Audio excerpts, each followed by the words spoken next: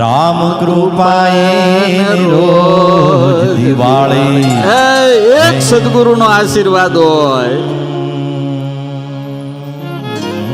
આપણે બધા જે આનંદ કરીએ છીએ ને એ કોઈક સત્પુરુષની કૃપા છે. બાકી દુનિયામાં દુઃખ તો રામને આવ્યા છે યાર. તમને એકલા બેઠા હોય ને મજા આવે ને અંદરથી મજા આવે ને ત્યારે એટલું યાદ રાખજો કે કોકના આશીર્વાદ કામ કરે.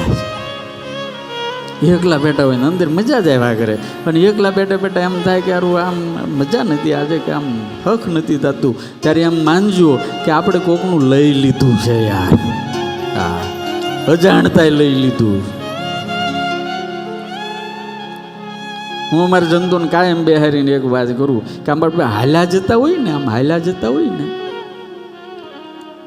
સમજવા, આમ હાલ્યા જતા હોય ને આપણને જો ઠેસ આવે ને લોહી નીકળે કે નખ નીકળી જાય કાંઈ થાય ને, એટલું માનજો કે આપણાથી કોકનું ભૂંડું થઈ ગયું છે અથવા તો આપણાથી અપરાધ થઈ ગયો છે.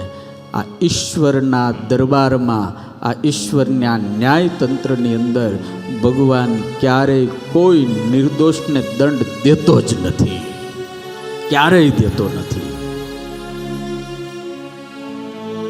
તમે સારું કર્યું છે તો વ્યાજ સહિત આવશે, ને મોડું કર્યું છે તો વ્યાજ સહિત જ આવવાનું.